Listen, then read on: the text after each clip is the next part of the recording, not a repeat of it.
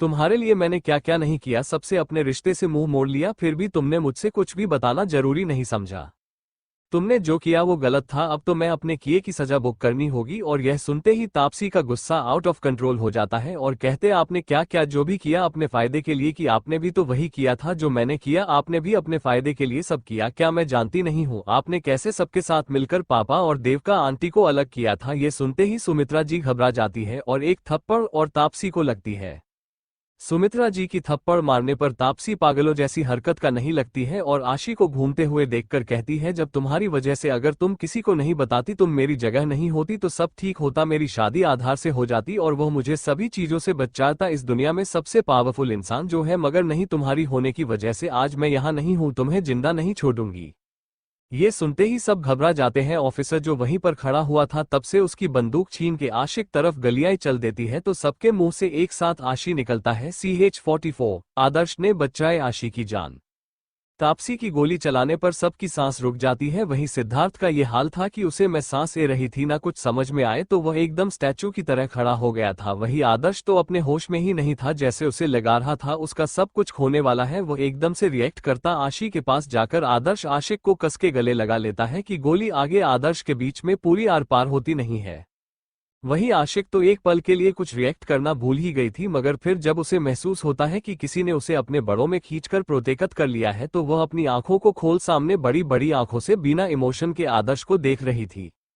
सुमित्रा जी तो तापसी को गुस्से में देख रही थी और तापसी तो डर के मारे गान वहीं छोड़ दिया था जब देखी है कि गोली आशी को न गगा के आदर्श को लगी है तो उसका डर के मार बुरा हाल हो रहा था। लेडी कांस्टेबल आगे आकर तापसी के गलों एक जानते दर्द हाथ पर मरती है जिससे वो अपना बैलेंस संभाल नहीं पाती और मुंह के बाल जमीन पर गिर जाती है। तापसी की आंखों के समाने अंधेरा आ जाता है और उसके होठों से खून निकलने लगता है, वो अपना होश खो बैठी थी। वहीं आशी का हाथ आदर्श के गोली लगने वाली जगह पर चला जाता है जिसे आदर्श के चेहरे पर हल्की सी सिकन आती है। धीरे धीरे आदर्श की आंखें बंद होने लगती है। आदर्श का सारा भार अब आशिक के ऊपर आने लगता है। आदर्श के बाहर के कारण आशिक खुद को संभाल नहीं पाती, धीरे धीरे वह भी स्टेज के नीचे गिरने लगती है कि तभी उसे अपने कंधे पर एक मजबूत हाथ नजर आता है जो कि उसके भाई देव और सिद्धार्थ का था। आशी धीरे से अपना सर उठा के आराम से देव की तरफ बोलते हैं कि इनको गलियां लगी है, आप इन हॉस्पिटल ले जाए और मुझे दूर कीजिए, मुझे इनका भर संभाला नहीं जा रहा। वही लता जी आदर्श की ऐसी हालत देखकर रोने लगती है। वह आदर्श के पास आकर रहती है, आदर्श बच्चा उठो ना, क्यों किया आपने? तो आदर्श धीरे धीरे आंखें खोलने हुए कहता है मुस्कुरा के, मॉम आप पीने तो कहा था कि कभी पत्नी पर कोई मुसीबत आया उसे प्रोटेस्ट करना पड़े तो पति को उसकी दाल बना के रहना चाहिए। भले ही मैं ये पहले नहीं कर पाया, मगर इसका मतलब यह नहीं कि मैं अपनी पत्नी को अब किसी मुसीबत में छोड़ दूं, चाहे कुछ भी हो जाए, चाहे आशी के लिए मुझे जान भी देनी पड़े, मैं पीछे नहीं हटूंगा मॉम। आशी अपनी हाथों के मुट्ठी बना लेती है सुनकर और गुस्से से अपने मान में रहती है, क्यों तुम वापस से मेरे दिल पर कब्जा करने की कोशिश कर रहे हो? मैं नहीं चाहती इस पर फिर से मेरे साथ पहले जैसा कुछ हो, फिर भी पता नहीं क्यों आज तुम्हारे लिए एक सॉफ्ट कॉर्नर पैदा हो रहा है। यह 1 महीने मुझे तुम्हें दर्द देना है, मगर अभी तुम्हारी हालत देखकर मेरे दिल में ऐसी अजीब सी बेचैनी के साथ दर्द क्यों हो रहा है? देव सभी को देखकर बोला, हॉस्पिटल यहाँ से बहुत दूर है तो यही की इमरजेंसी टीम को बोलो डॉक्टर को तैयार करने को, यहीं पर ही आदर्श का ऑपरेशन करना होगा, बाहर जाने का इतना समय नहीं हमारे पास। वही सिद्धार्थ आशी के एक्सप्रेशन देख रहा था, उसे आशिक के एक्सप्रेशन थोड़े बदले हुए लगा रहे थे। सिद्धार्थ आशिक को देख मान में बोलना है, अगर तुम्हारे दिल में वापस से इसके लिए फीलिंग जागे तो इस पर मैं ऐसा कुछ करूंगा कि खुद तुम इसकी जान ले लो, क्योंकि इस बार मैं बर्दाश्त नहीं करूंगा तुम्हारे दिल में वापस से इसके लिए कोई फीलिंग आए, क्योंकि तुम सिर्फ मेरी हो जान।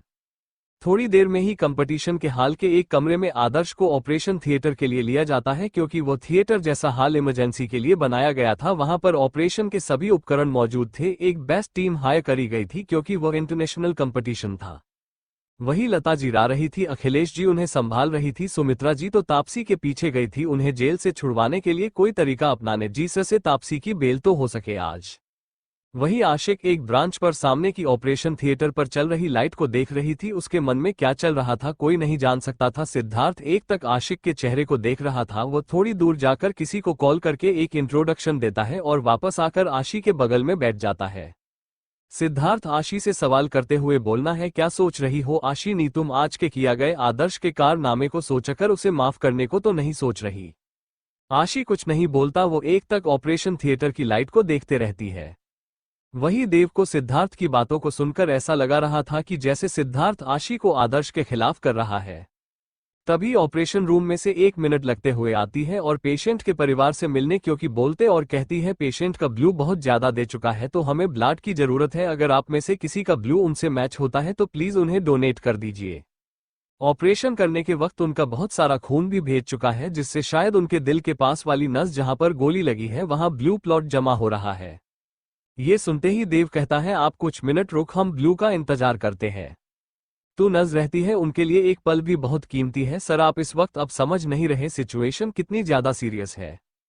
तभी ऐसी रहती आप मेरा ब्लड ले लीजिए, मेरा और उनका ब्लड सेम टू नहीं है मगर मैं ब्लू किसी को भी दे सकती हूँ, मेरा ब्लड ओ है तो आप ले लीजिए। लता जी आशिकी के सामने हाथ जोड़ते हुए कहती है तुमने आज अपने पत्नी होने का धर्म निभाया है, तो आशी रहती है मैंने कोई पत्नी होने का धर्म नहीं निभाया है, मैंने उसे इंसान को खून दिया है, जिसने मेरी जान बचाई उसे इंसान को नहीं जो मेरा पति था। लता जी अपने आंसू पोस्ट हुए आशीष से कहा दिया जाए तुम कुछ भी का लो, तुम्हारे दिल में अभी भी आदर्श के लिए एक सॉफ्ट कॉर्नर है जो तुमने अपनी नफरत के नीचे दबा दिया है।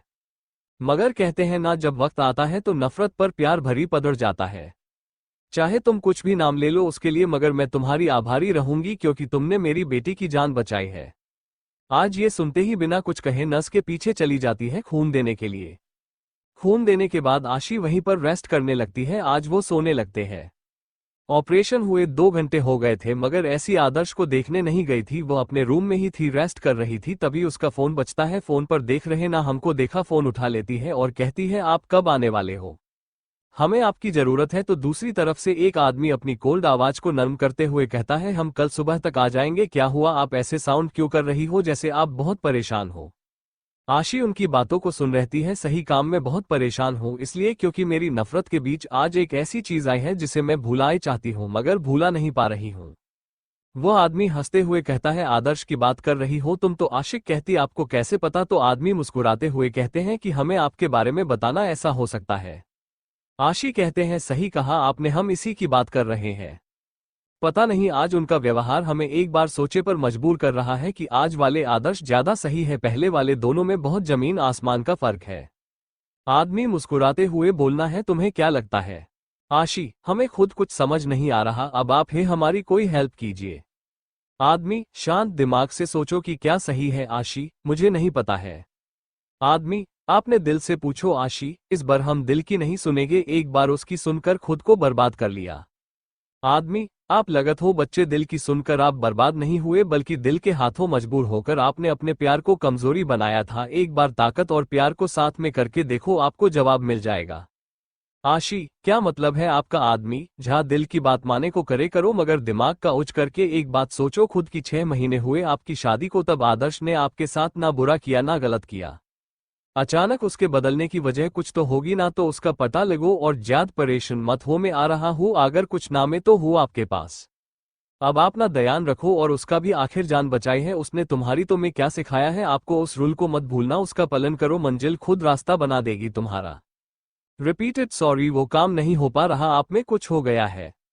वही लता जी रा रही थी, अखिलेश जी उन्हें संभाल रही थी, सुमित्रा जी तो तापसी के पीछे गई थी उन्हें जेल से छुड़वाने के लिए कोई तरीका अपनाने, जिससे तापसी की बेल तो हो सके आज।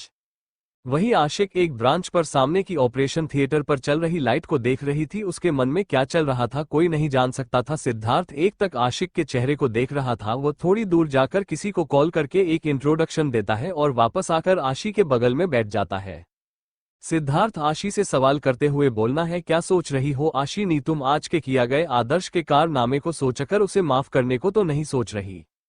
आशी कुछ नहीं बोलता, वो एक तक ऑपरेशन थिएटर की लाइट को देखते रहती है। वही देव को सिद्धार्थ की बातों को सुनकर ऐसा लगा रहा था कि जैसे सिद्धार्थ आशी को आदर्श के खिलाफ कर रहा है। तभी ऑपरेशन रूम में से 1 मिनट लगते हुए आती है और पेशेंट के परिवार से मिलने क्योंकि बोलते और कहती है पेशेंट का ब्लू बहुत ज्यादा दे चुका है तो हमें ब्लड की जरूरत है, अगर आप में से किसी का ब्लू उनसे मैच होता है तो प्लीज उन्हें डोनेट कर दीजिए। ऑपरेशन करने के वक्त उनका बहुत सारा खून भी भेज चुका है जिससे शायद उनके दिल के पास वाली नस जहां पर गोली लगी है वहां ब्लू प्लॉट जमा हो रहा है। ये सुनते ही देव कहता है आप कुछ मिनट रुक, हम ब्लू का इंतजार करते हैं। तू नज रहती है उनके लिए एक पल भी बहुत कीमती है सर, आप इस वक्त अब समझ नहीं रहे सिचुएशन कितनी ज्यादा सीरियस है। तभी ऐसी रहती आप मेरा ब्लड ले लीजिए, और उनका ब्लड सेम टू नहीं है मगर मैं ब्लू किसी को भी दे सकती हूँ, मेरा ब्लड ओ है तो आप ले लीजिए। लता जी आशिकी के सामने हाथ जोड़ते हुए कहती है, तुमने आज अपने पत्नी होने का धर्म निभाया है। तो आशी रहती है, मैंने कोई पत्नी होने का धर्म नहीं निभाया है, मैंने उसे इंसान को खून दिया है, जिसने मेरी जान बचाई उसे इंसान को नहीं जो मेरा पति था। लता जी अपने आंसू पोस्ट हुए आशीष से कह दिया जाए तुम कुछ भी कह लो, तुम्हारे दिल में अभी भी आदर्श के लिए एक सॉफ्ट कॉर्नर है जो तुमने अपनी नफरत के नीचे दबा दिया है। मगर कहते हैं ना, जब वक्त आता है तो नफरत पर प्यार भरी पदर जाता है। चाहे तुम कुछ भी नाम ले लो उसके लिए, मगर मैं तुम्हारी आभारी रहूंगी क्योंकि तुमने मेरी बेटी की जान बचाई है। आज ये सुनते ही बिना कुछ कहे नस के पीछे चली जाती है खून देने के लिए। खून देने के बाद आशी वहीं पर रेस्ट करने लगती है। आज वो सोने लगते हैं। ऑपरेशन हुए 2 घंटे हो गए थे मगर ऐसी आदर्श को देखने नहीं गई थी, वो अपने रूम में ही थी, रेस्ट कर रही थी। तभी उसका फोन बजता है। फोन पर देख रहे ना हमको देखा, फोन उठा लेती है और कहती है आप कब आने वाले हो, हमें आपकी जरूरत है। तो दूसरी तरफ से एक आदमी अपनी कोल्ड आवाज को नरम करते हुए कहता है, हम कल सुबह तक आ जाएंगे। क्या हुआ, आप ऐसे साउंड क्यों कर रही हो जैसे आप बहुत परेशान हो। आशी उनकी बातों को सुन रहती है, सही काम में बहुत परेशान हूँ, इसलिए क्योंकि मेरी नफरत के बीच आज एक ऐसी चीज आई है जिसे मैं भुलाए चाहती हूँ मगर भूला नहीं पा रही हूँ। वो आदमी हंसते हुए कहता है, आदर्श की बात कर रही हो तुम तो। आशिक कहती आपको कैसे पता। तो आदमी मुस्कुराते हुए कहते हैं कि हमें आपके बारे में बताना, ऐसा हो सकता है। आशी कहते हैं, सही कहा आपने, हम इसी की बात कर रहे हैं। पता नहीं आज उनका व्यवहार हमें एक बार सोचे पर मजबूर कर रहा है कि आज वाले आदर्श ज्यादा सही है, पहले वाले दोनों में बहुत जमीन आसमान का फर्क है। आदमी मुस्कुराते हुए बोलना है, तुम्हें क्या लगता है आशी, हमें खुद कुछ समझ नहीं आ रहा, अब आप ही हमारी कोई हेल्प कीजिए।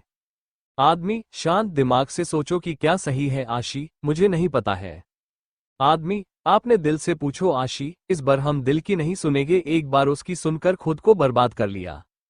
आदमी, आप लगत हो बच्चे, दिल की सुनकर आप बर्बाद नहीं हुए बल्कि दिल के हाथों मजबूर होकर आपने अपने प्यार को कमजोरी बनाया था। एक बार ताकत और प्यार को साथ में करके देखो, आपको जवाब मिल जाएगा। आशी, क्या मतलब है आपका। आदमी, जहाँ दिल की बात माने को करे करो मगर दिमाग का उच्च करके एक बात सोचो, खुद की 6 महीने हुए आपकी शादी को, तब आदर्श ने आपके साथ ना बुरा किया ना गलत किया। अचानक उसके बदलने की वजह कुछ तो होगी ना, तो उसका पता लगो और ज्यादा परेशान मत हो। मैं आ रहा हूँ, अगर कुछ नामे तो हूँ आपके पास। अब आप ना ध्यान रखो और उसका भी आखिर जान बचाई है उसने तुम्हारी, तो मैं क्या सिखाया है आपको, उस रूल को मत भूलना, उसका पालन करो, मंजिल खुद रास्ता बना देगी तुम्हारा। CH-45 क्यों मोहब्बत करने चला। आशी उस आदमी से बात करने के बाद किसी गहरी सोच में डूब जाती है जिससे कि वो थोड़ी ही देर में नींद की आगोश में चाली जाती है। वही तभी उसके वर्ड को कोई दरवाजा खोलने को होता है कि उसका आदमी का हाथ कोई मजबूती से पकड़ लेता है। तो वह आदमी अपने हाथ को जिसने पकड़ा था उसको देखा है तो सामने देव, प्रेम और कृष आयुष खड़े थे। देव बोलना है, मिस्टर सिद्धार्थ रॉय, आपको नहीं लगता आप बहुत ज्यादा अपने आप को ओवर स्मार्ट समझ रहे हैं। सिद्धार्थ बोला, मुझे तो नहीं लगता मगर लगता है आपको, जरूर लगता है मैं स्मार्ट हूं। प्रेम घुरते हुए बोला, आपकी गलतफहमी है क्योंकि आप स्मार्ट नहीं, चला लो मड़ी है जो सिर्फ वक्त आने पर अपना फायदा देखते हैं। सिद्धार्थ अनजान बनते हुए बोला, आपके कहने को क्या मतलब है मिस्टर प्रेम। देव बोला, आप इतने ना समझ तो है नहीं कि आपको समझ ना आए। राय कंपनी के CEO के अंदर इतना दिमाग तो है कि वो हमारी बातों को समझ ना पाए। हम अच्छे से आपके मंसूरी जान रहे हैं, आप क्या करने की कोशिश कर रहे हैं आशी के साथ, उसे हम सबके खिलाफ मैनिपुलेट कर रहे हैं, खासतौर पर आदर्श के खिलाफ। सिद्धार्थ मुस्कुराते हुए बोला, आपको ऐसा लगता है तो इसमें मेरी कोई गलती नहीं और मुझे आशी को कोई मैनिपुलेट करने की जरूरत नहीं है क्योंकि वो खुद अपना अच्छा बुरा समझा सकती है। और आप लोग बोल रहे हैं कि इस वक्त वह आपसे नफरत करती है, तो अच्छा होगा आप लोगों के लिए कि मुझे दूर रहे, वरना कहीं ऐसा नफरत की जगह वह आप सभी से और ज्यादा नफरत करे और फिर आपसे दूर करने के लिए किसी को कुछ करना ही ना पड़े। कृष आगे आते हुए बोला, आप हमें धमकी दे रहे तो याद रखिए, भले ही वह इसे नफरत करती है तो क्या वह मेरी बहन है। मैं किसी भी बुरे इंसान को उसे तकलीफ पहुंचाने नहीं दूंगा, चाहे वो तुम ही क्यों ना हो। भले ही वह इसे नफरत कर रही हो, उसका अपना पर्सनल मैटर है, मगर आपको कोई हक नहीं बनता मिस्टर सिद्धार्थ रॉय कि आप मेरी बहन की इमोशन का फायदा उठाकर उसे और भड़काए। दूर रहिए, उससे बना अच्छा नहीं होगा। जब मैं अपनी बहन के लिए अपने परिवार के खिलाफ चल सकता हूं तो याद रखिएगा उसके सेफ्टी के लिए मैं अपनों के साथ भी हो सकता हूं। आयुष भी सिद्धार्थ को चेतावनी देते हुए बोला, और उसके 3 नहीं 4 भाई हैं जो अपनी बहन को प्रोटेक्ट करने के लिए किसी की जान भी ले सकते हैं।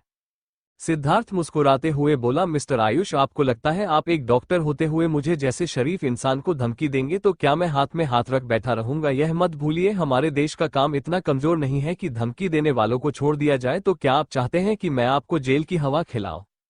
देव मुस्कुराते हुए बोला, सही कहा तुमने कि हमारे देश का कानून इतना कमजोर नहीं है। तो ये भी मत बोलो कि हमारे देश के कानून में ही लिखा है कि सेल्फ डिफेंस में हम किसी को भी मार सकते हैं। वही सेल्फ डिफेंस हम तुमसे अपनी बहन का कर रहे हैं, क्योंकि हमारी बहन हमारा ही हिस्सा है।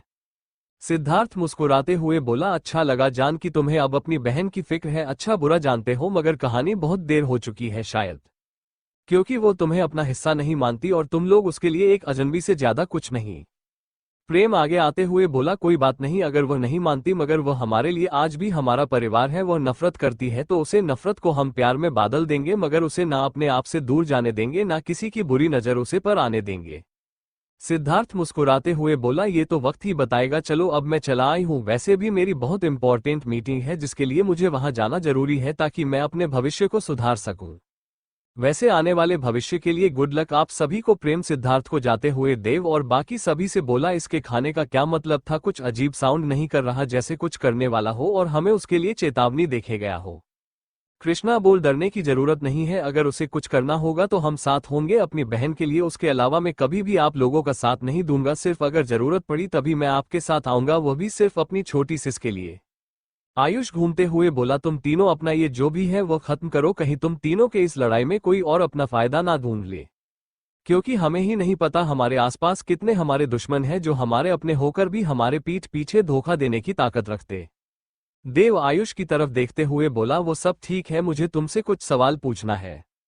आयुष जैसे समझ गया था, फिर बोलना है, ठीक है पूछो, मगर यहाँ नहीं कहीं और चलते हैं। ये सुनते ही देव बोला, चलो उधर कॉरिडोर में चलते हैं जहां पर कोई नहीं आता।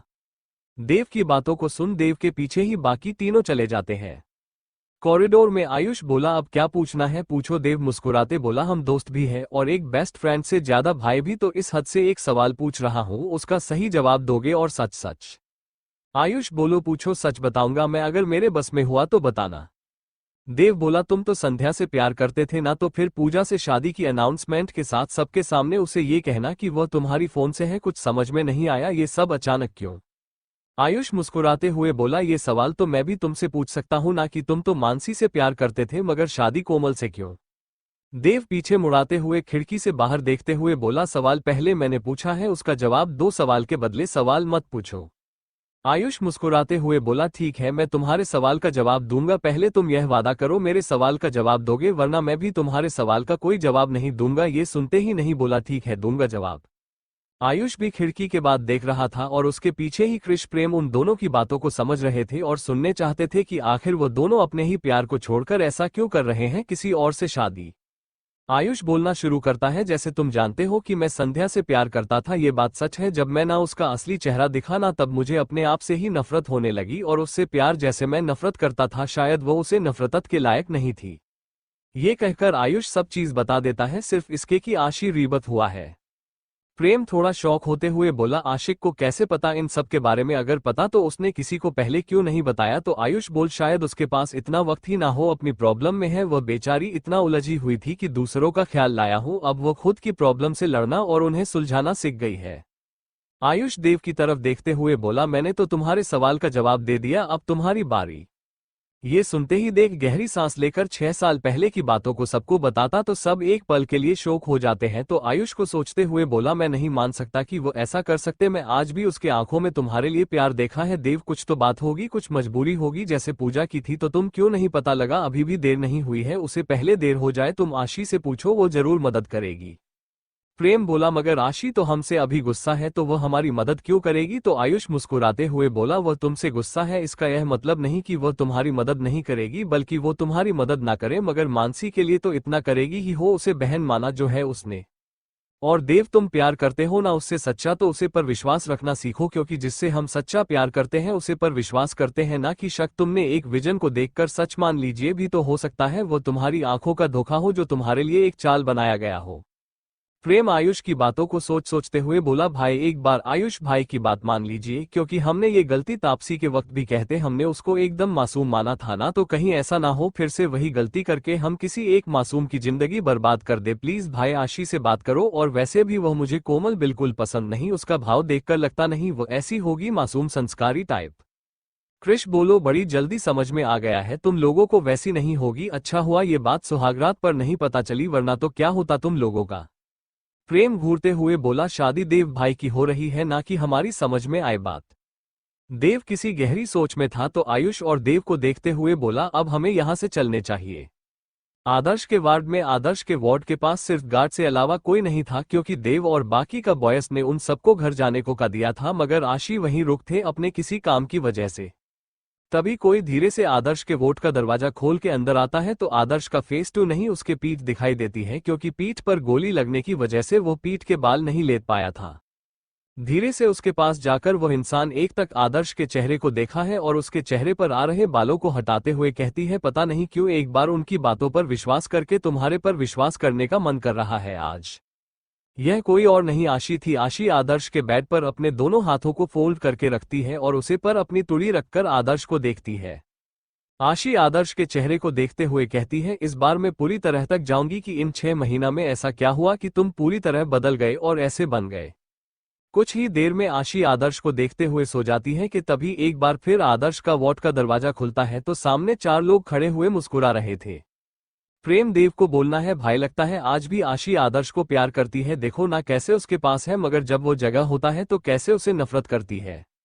देव मुस्कुराते हुए बोला, छोड़ो अभी इन दोनों को थोड़ी देर सुकून के पल देने दो, सुबह उठने ही फिर इनकी झगड़ा और लड़ाई और नफरत का काम चालू हो जाएगा।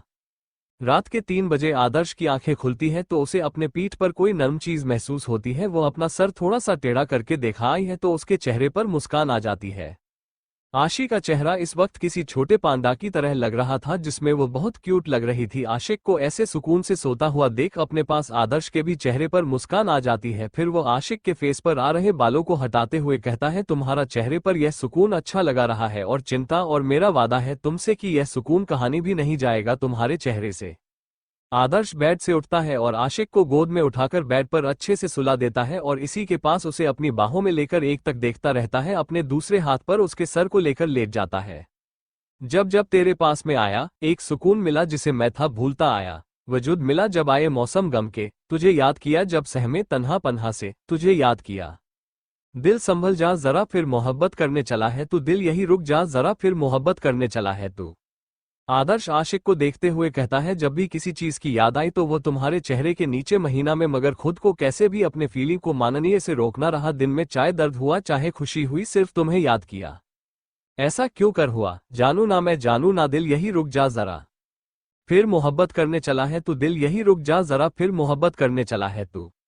आदर्श एक बार फिर आशिक के लबों पर अपने अंगूठे से चलते हुए बोला, चाहे कितनी भी दूर जाने की कोशिश की फिर भी दिल ने तुम्हें ही, चाहे लाख कोशिश की तुम वजह देने की तुमसे दूर जाने की, मगर लगता है किस्मत को हमारा मिलना ही मंजूर था, तभी तो देखो तुमसे दूर जाकर भी तुम्हारे पास ही रहा।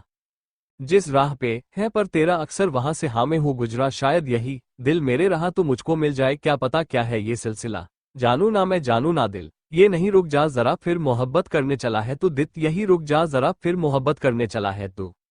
कुछ भी नहीं जब दरमिया फिर क्यों है दिल, तेरे ख्वाब बुनता चाहा कि दे तुझको भुला, पर ये भी मुमकिन हो ना सका, क्या है ये मामला। जानू ना मैं जानू ना, दिल संभल जा जरा फिर मोहब्बत करने चला है तू, दिल यही रुक जा जरा फिर मोहब्बत करने चला है तू, दिल यही रुक जा जरा फिर मोहब्बत करने चला है तू।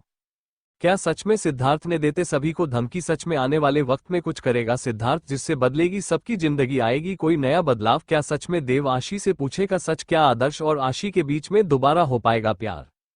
हेलो फ्रेंड्स, पहले की तरह आपके कमेंट में नहीं आ रही, 20 लोग कमेंट देते हैं, ऐसा क्यों हो रहा है जबकि लाइक टच देते हैं। प्लीज ऐसा मत कीजिएगा, इस वरना कहानी की रेटिंग वैसे ही कर रही है और ऐसे आप करेंगे तो कहानी को बंद करना पड़ेगा, और मेरे को कहानी बंद करनी पड़ी तो मैं कहानी के चैप्टर कैसे आगे जो इंटरेस्टिंग वाले वो नहीं डाल पाऊंगी। तो अपने जो भी आपको लगा रहा है कि यह होना चाहिए वो बताइए, मगर सिर्फ ये छोड़कर कि सिद्धार्थ को हीरो बनाया CH46। आदर्श आशी का प्यार।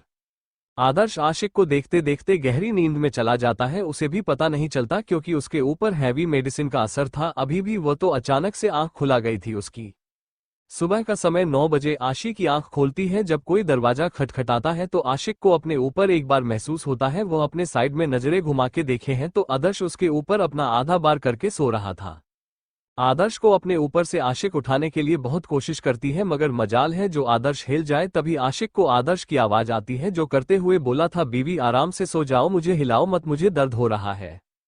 तो आशी उसे घुरते हुए बोलते हैं, आप अपना ये ड्रामा बंद करो, मुझे पता है तुम बहुत देर से उठे हुए हो और मेरे ऊपर से अपना ये बाहर हटाओ। कितनी बार ही हो तुम, मैं ऐसे ही तब के मर जाऊंगी तुम्हारे नीचे। अब क्या तुम मुझे अपने नीचे दबा के मारना चाहते हो? आदर्श आशी को देखते हुए गुस्से से बोलना, हूं पड़ रहा हूं तुम्हारे ऊपर से, और खबरदार जो मेरी बीवी के बारे में कुछ कहा तो उसे बुरा कोई नहीं होगा। मेरे पास रहने से इतनी ही प्रॉब्लम है तो तुम रात को यहाँ क्यों आए थे? मेरे पास रहने से इतनी ही प्रॉब्लम है तो तुम रात को यहाँ क्यों आए थे? क्या ये देखना आए थे कि जिससे तुम नफरत करती हो वो मारा कि नहीं? वही आदर्श की बातों को पहले जान सुनकर आशी गिल्ट थी, अब गुस्से से उसे घूर रही थी। आशी गुस्से से बोलते हैं कि तुम मरने और मारने के अलावा कोई और शब्द उसे नहीं कर सकते। तो आदर्श मुस्कुराते हुए बोलना है, क्यों तुम्हें मेरे मरने से तकलीफ हो रही है आज भी? आशी नजरें चुराते हुए बोलते हैं, मुझे कोई तकलीफ नहीं हो रही और तुम्हारे ख्याली पुलाव अच्छा है मगर यह कभी सच नहीं होगा। आदर्श मुस्कुराते हुए कहता है, अच्छा है, मेरी बीवी को तो ये पता है कि उसका पति क्या क्या बना सकता है। कहते हुए आदर्श आशी को पीछे से गले लगा लेता है तो आशीष सर तेरा कर जानलेवा नजरों से आदर्श को देखती है तो आदर्श डरने का नाटक करते हुए बोलना है, ऐसे मत देखो बीवी, वरना यहीं पर तुम्हारी नजरों से घायल हो जाऊंगा। आशी अपनी कोहनी आदर्श को मारती है तो आदर्श मुंह बनाते हुए कहत है, बीवी लगा गई जोर की, कम से कम अपने घायल पति पर तो रहम कर दिया करो। ये कहते हुए आदर्श के चेहरे पर एकदम दर्द के भाव ये जाते हैं। ये देखकर आशी, क्या तुम्हें ज्यादा जोर की लगा गई, मैं डॉक्टर को बुला दूं? ये कहते हुए आदर्श आशी के चेहरे पर परेशानी और चिंता दोनों देख सकता था अपने लिए, जिसे देखकर उसके दिल में थोड़ा सुकून होता है मगर थोड़ा गिफ्ट भी होता है। वो आशी के चेहरे को अपने हाथों में पड़ ऊपर करता है और अपनी आंखों में देखने के लिए मजबूर करता है। आदर्श आशी से कहता है, चिंता मत करो, मुझे इतनी भी नहीं लगी जो तुम्हें इतना परेशान होने की जरूरत हो, और डॉक्टर को रहने दो, डॉक्टर के आने से ज्यादा दर्द कम नहीं होगा, तुम मेरे पास होना मेरे दर्द की दवा। ये सुनते ही पहले तो आशी को गुस्सा आता है, फिर कहीं ना कहीं राहत भी होती है कि आदर्श को दर्द नहीं हो रहा है। आशी आदर्श की तरफ देखते हुए बोलते, चलो मैं तुम्हारे लिए किसी को अंदर भेज दूं ताकि तुम्हें चेंज करवा दे और फ्रेश होने में भी मदद कर दे। आदर्श आशी की तरफ देखा है और बोलना है, जब तुम हो तो किसी और की क्या जरूरत, तुम्हें क्या अच्छा लगेगा तुम्हारे इतने हैंडसम पति को कोई नंगू पुंगी देखे?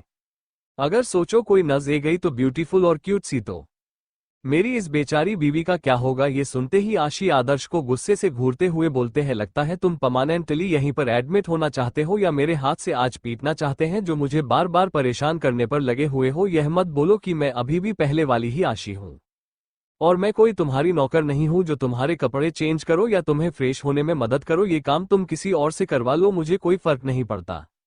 ये कहते हुए आशी जाने लगी कि तभी गेट खोलने हुए एक नज आई जो कि बहुत ज्यादा क्यूट तो नहीं मगर हॉट एंड सेक्सी और कुछ ज्यादा ही बिगड़ी हुई लगा रही थी। वो नज आदर्श के पास जाते हुए शर्म आते हुए कहती है, सर क्या मैं आपकी हेल्प कर दूं बात लेने में? ये सुनते ही पहले तो आदर्श माना करने वाला था मगर अपनी तिरछी निगाहें से आशी को देखा है जो घूर कर उसे नस को देख रही थी। आदर्श आशी को ऐसे नस को घूमता हुआ देख कुछ दिमाग में आइडिया आता है। वो बड़े ही सॉफ्ट तरीके से उसे नसे बोलना है, वैसे आपका नाम क्या है? तो वह शर्म आती है, वो बोलती, मिस टीना नाम है मेरा, वैसे मुझे प्यार से सब ठीक बोलते हैं तो आप भी बुला सकते हैं, आपके मुंह से अच्छा भी लगेगा। ये सुनते ही आशी गुस्से से आदर्श और नज यानी टीना को देख अपना पर पटकते हुए बाहर चली जाती है। वही आशिकी जैसे ही गेट का दरवाजा खोल जाती है तो सामने से कर वॉइस ए रहे होते वो गुस्से में आशिक को ऐसे जाता हुआ देख कर दे पूछता है, तुम्हें क्या हुआ, तुम इतने गुस्से में क्यों है? ऐसी गुस्से से कहती है, मैं गुस्से में नहीं हूं। तो आयुष और कृष्णा एक दूसरे की शक्ल देखे हैं। फिर आयुष आशीष से सवाल पूछना, अच्छे अच्छे तुम गुस्से में नहीं हो तो शायद हमारे ही आंखें खराब है तभी तुम गुस्से में लग रहे बच्चे, क्या हुआ, तुम्हारा मूड क्यों खराब है? आशी गुस्से से कहती है, वो तो पता नहीं मगर आज मुझे किसी का मर्डर करने का मन कर रहा है, शायद आज आपके फ्रेंड का मर्डर होकर रहेगा मेरे हाथों से। तो कंफ्यूजन में सब आशी की तरफ देखते तो आयुष बोलना, आदर्श ने क्या क्या?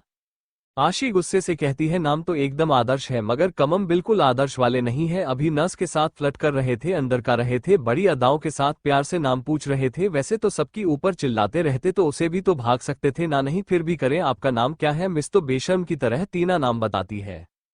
प्रेम बोलना है, मजाक करते, वैसे नाम तो अच्छा दिखना में कैसी है वह? आशी होते हुए प्रेम को देखकर बोलते हैं, क्यों आपको उससे शादी करनी है तो बता दो, मैं अभी करवा कर आती हूँ उससे। वैसे भी हमारे घर में एक से एक बढ़कर नमूने भरे पड़े हैं, एक आप ही हो उसका उदाहरण, और एक आपका वो दोस्त अंदर है जो अभी थोड़ी देर पहले मुझे फ्लर्ट कर रहा था, अब उसे 3 से जी तो करता है, आज उसका सच में ही कत्ल कर दूं। देव आशी को देखते हुए बोलना है, तुम जाकर कपड़े चेंज कर लो, हम देख कर आते हैं उसे क्या कर रहा है। आशी बोलते हैं, हाँ जाओ, आपको भी तो चांस चाहिए होगा ना उसे फ्लर्ट करने का। ये कहकर आशी हमने गुस्से से पर पटकते हुए वहां से चली गई। मैं कोई था जो आशी के ऐसे रिएक्शन देख खुश नहीं था, वह भी वहां से चला जाता है। प्रेम देव की तरफ देखते हुए कहता है, धीरे धीरे नॉर्मल होने लगी है भाई आशी, हम कोशिश करेंगे अब कोई भी हमारी बहन को हमसे दूर ना कर पाए। पहले तो ये छोड़ो, उसकी नालायक फ्रेंड खबर लेकर आते हैं जिसकी वजह से आज हमारी बहन ऐसे पर पाठक के गई है, देख तो ऐसे क्या कारनामा कर रहा है वो अंदर में। ये सुनते ही क्रिश घूरते हुए बोलना है, उसके सामने आपकी जवान चलती यहाँ पर शमशेर बना रहे हो। प्रेम घुराते हुए बोला, तुम कुछ ज्यादा ही नहीं बोलते लगे हो, तमीज से बात करा करो, मैं तुमसे बड़ा हूं। तो क्रिश कहता है, सिर्फ उम्र में हरकतें सिर्फ बच्चों वाली है आपकी। वो दोनों लड़ते हुए आदर्श के वोट के पास पहुंच जाते हैं। वोट के अंदर जैसे ही वो दरवाजा खोलने हैं, अंदर का नजारा देखकर शॉक हो जाती है, क्योंकि अंदर आदर्श टीन से स्पंज बात ले रहा था। आदर्श को लगा था कि ऐसी जरूर आएगी वापस और ये देखकर गुस्से में तीन से लड़ेगी और उसे जलन होगी तो वह अपना प्यार जरूर आदर्श के सामने जाहिर करे, मगर यहाँ तो उल्टा ही उसे पर अब भारी पड़ने वाली यह हरकत। तभी देव घूमते हुए आदर्श को कहते हैं, हो क्या रहा है। टीना चिल्लाते हुए देव से कहती, आपको मैंने नहीं है दिखाई नहीं देता, यहाँ पर पेशेंट के फ्रेश होने का टाइम हो रहा, बिना मैनर्स के अंदर आ गए हैं। ये सुनते ही आदर्श गुस्से से कहता है, तुम कौन हो उसे बताने वाली, और गट लॉस यहां से निकले वरना वो हाल करूंगा कि कभी किसी के सामने बोलने लायक नहीं रहोगी। टीना गुस्से में वहां से चली जाती है तो देव आदर्श को देखते हुए करते हुए बोलना है, तुम ये क्या हरकत कर रहे थे। आदर्श आराम से रिलैक्स होते हुए बोलते हैं, बस तुम्हारी बहन को परेशान करने के लिए कहा था, वैसे तुम लोग यहाँ हो तो तुम्हारी बहन कहाँ गई। तो देव गुस्से में बोलना है, वह तुम्हारी वजह से चली गई, साथ में हमें भी सुना कर गई है कि हमारा दोस्त कैरेक्टरलेस है, आप सबके साथ पलट करता रहता है, हम भी इसी की तरह हैं। तुम्हारी वजह से आज हमारी बहन की नजरों में हमारी इज्जत ये रह गई है, अगर तुम्हारी वजह से हमारी बहन के सामने हमारी इमेज खराब हुई है, तुम्हें बता दे रहा हूं तुम्हारे लिए अच्छा नहीं होगा, याद रखना।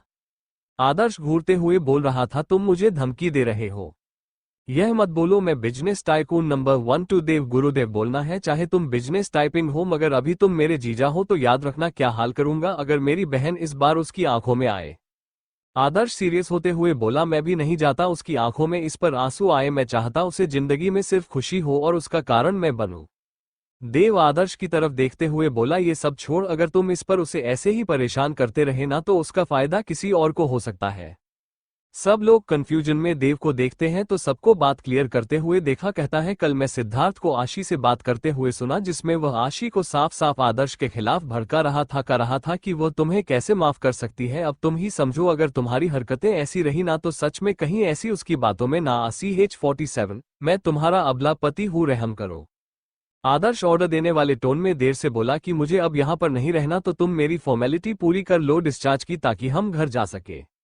देव घुटने में बोला, ज्यादा शहंशाह अली बने की कोशिश मत करो, तुम ही गोली लगी है, वह भी दिल के पास जरा सी बच्ची है, अगर तुम्हें कुछ हो जाता तो। आदर्श देव को घोटत हुए बोला, तुम ज्यादा ही नहीं बोलते लगे हो, और यह मत बोलो मैं कौन, भले ही मैं सबके सामने वो नहीं बनता जो मैं हूं, मगर इसका मतलब यह नहीं कि तुम नहीं जानती मैं कौन हूं, और अपनी जबान को थोड़ा संभल के इस्तेमाल कर करो। देव घुराते हुए बोला कि रोक, तुम मेरी बहन के सामने क्यों नहीं झाड़ के दिखाते, 1 मिनट में तुम्हारी हेकड़ी निकाल देगी, इतने शहंशाह अली बने का शौक है तो उसे सामने बना करो। आयुष्य देव को घूमते हुए बोला, तुम आज प्रेम जैसी भाई की बातें क्यों कर रहे हो, मुझे तो अब डाउट होने लगा है कि तुम प्रेम के साथ रह के प्रेम जैसे बन गए हो। ऐसे ही चलता रहा तो सॉरी, मैं दो एक साथ पेशेंट को नहीं संभाल पाऊंगा। देव गोट में बोला, ये शांति से चुप हो जाओ वरना भी तुम्हारी जो लैला जिंदगी से निकली है ना वापस लाकर तुम्हारी जिंदगी में पाठक दूंगा, फिर मैं भी देखा आई हूं फिर कैसे तुम पेशेंट नहीं बनते हो। आदर्श घूमते हुए बोला, तुम लोग यहाँ से बकवास बंद करोगे, मुझे थोड़ा आराम करना है, वैसे भी तुम लोगों की बातों से ऐसे लगा रहा है कि मैं पागलों की फौज अपने आसपास जमा कर रखी है। देव बोला, ठीक है तुम रेस्ट करो, मैं तुम्हारी डिस्चार्ज के बारे में पूछ कर आता हूँ, और यह भी कि तुम्हारे लिए क्या फूड इंक्लूड करने हैं। डाइट चार्ट बनवा लूंगा एक, ताकि हमें बाद में कोई प्रॉब्लम ना हो। आदर्श कुछ सोचते हुए बोला था, और एक नर्स को भी हायर कर लेना। तो देव घूरते हुए बोला, नर्स को किस लिए। तो आदर्श बोला, जी इसलिए भी तुम्हें पता चल जाएगा। आदर्श को घोटत हुए आयुष बोला, ऐसा कुछ मत करना कि अगला नंबर खून करने का तुम्हारा हो मेरी बहन के हाथों। तुम लगता है उसे परेशान करने के चक्कर में ये भूल गए हो कि वो अभी तुमसे नाराज है, और इस नाराजगी में वह क्या करती है मुझे बेहतर तुम जानते हो। तापसी का हाल तो तुमने देखा लिया, पता चले तुम्हारा हाल और उसे नस का हाल उसे ज्यादा बुरा करे वो तो उसे ज्यादा बच के रहना। आदर्श आयुष को घूमते हुए बोला, कुछ ज्यादा ही अपनी बहन के चमचे बन रहे हो, लगता है तुम्हें अफ्रीका भेजना होगा। यह मत बोलो जी, हॉस्पिटल में तुम अभी डॉक्टर हो उसका 80% मेरे नाम पर है। ये सुनते ही आयुष के फेस के एक्सप्रेशन सीरियस हो जाते हैं। वो कुछ सोचते हुए बोला, आदर्श मुझे तुमसे कुछ बात करनी अर्जेंट है। मैं पहले भूल गया था इन सब में, मगर अब मुझे याद आ गया तो मैं सोच रहा हूँ अभी बात कर लूँ। आदर्श आयुष का सीरियस फेस देखे हुए बोला, क्या बात करनी है तुम्हें? तो आदर्श की तरफ देखते हुए आदर्श को आयुष सभी चीज बताने लगता है तो आदर्श का फेस एकदम नॉर्मल होता है। सभी आदर्श का नॉर्मल बिहेवियर देखकर देव उससे पूछता है कि क्या तुम्हें सब पहले से ही पता था? तो आदर्श मुंडिहा में दिला देता है तो देव घूमते हुए बोलता है, जब तुम्हें पता था तो फिर हमें क्यों नहीं बताया? तो आदर्श एटीट्यूड के साथ बोलते हैं, मुझे जरूरी नहीं लगा। आयुष होते हुए बोलते, तुम्हें मुझे तो बताना चाहिए था, तुम्हारे इस एक एटीट्यूड के चक्कर में आज मेरी जिंदगी झंड होने वाली थी। वह तो अच्छा हुआ आशी ने मुझे सही समय पर आगाह कर दिया, वरना मैं तो सबसे बड़ी गलती कर लेता अपनी जिंदगी की। प्रेम घूरते हुए बोला, वैसे तुमने किस खुशी में हम सबसे छुपाया, इसका रीजन भी बता दो। आदर्श सबकी तरफ देखते हुए बोला, रीजन ये था कि अगर मैं तुम लोगों को बताता तो आज का ये रिएक्शन होता जिसे हम उन लोगों के बारे में और पता नहीं लगा पाए, क्योंकि उनका मकसद सिर्फ फंड ट्रांसफर नहीं करना था, ना कि आयुष को उसे जाल में फंसना। उनका मुझे कुछ और भी था जिसके बारे में मैं पता लगाने की कोशिश ही कर रहा था, मगर और मौके पर आयुष के वो अनाउंसमेंट करने पर मेरा सारा प्लान खराब हो गया, जिससे वो लोग अब सतर्क हो चुके हैं। उन्हें शायद शक हो चुका है कि आयुष को कुछ नहीं कुछ उनके बारे में पता है, तो तुम लोगों को कुछ ऐसा करना होगा कि उन लोगों का शक आयुष से हट जाए। वैसे भी मैंने इन पर अपने सीक्रेट गार्डन को नजर रखना को कहा है, अगर कोई लीड मिली उनके मकसद के बारे में तो हमें जल्दी ही पता चल जाएगा। आयुष को सोते हुए बोला, एक रास्ता है उनके बारे में पता लगाने का, मगर इस प्लान में हमें आशी की जरूरत होगी। आदर्श गुस्से से बोल, खबरदार जो आशिक को इस प्लान में शामिल करने की कोशिश की, मैं नहीं चाहता उसकी जान खतरे में आए। तुम क्या चाहते हो कि उसकी जान इस टाइम के चक्कर में खतरे में डालूं? मैं ऐसा कुछ नहीं करना है हमें जिससे उसकी जान को खतरा हो। आयुष आदर्श को देखते हुए बोला, तुमसे ज्यादा उसकी फिक्र है। मैं यह नहीं कह रहा हम उसको प्लान में शामिल करेंगे, मैं इतना कह रहा हूं कि हम उसे ये पता लगाएंगे उनका मकसद क्या है, क्योंकि मैं जहां तक आशी से यह पता चला है मुझे ये लगता है कि उसे कुछ ना कुछ बहुत जरूरी बात पता है। देव कुछ सोचते हुए बोला, मुझे भी आयुष की बात ठीक लगा रही है, तुम भी एक बार इस बारे में ठंडा दिमाग से सोच लो, और वैसे भी हम हैं उसे प्रोटेस्ट करने के लिए, हमारे रहते हुए अब उसे कुछ नहीं होगा। आदर्श गुस्से से बोला, मैं इतना काबिल हूं कि मैं खुद अपने मकसद को पूरा कर सकता हूं, मुझे आशी की जरूरत नहीं है इस मकसद में। मैं नहीं चाहता उसकी जान किसी भी वजह से खतरे में जाए इस बार। आदर्श आयुष को घूरते हुए बोला, तुम शायद भूल रहे हो उसकी हेल्थ कंडीशन के बारे में, अभी तुमने ही तो कहा था उसे किसी टेंशन से दूर और अच्छे माहौल में ले जाना है। आयुष घूरते हुए बोला, मुझे पता है मैंने क्या कहा था, मगर तुम मेरी बातों को समझ नहीं रहे हो। तुम्हें क्या लगता है उसे कुछ पता होगा तो वह तुम्हें बताएगी? वो उसे मुसीबत का हाल खुद ढूंढने निकल जाएगी, इससे उसके ऊपर ज्यादा खतरा हो सकता है। मैं इसलिए बोल रहा हूं ताकि उसकी मदद ले सके और साथ में उसे प्रोटेस्ट भी कर सकते इसी बहाने।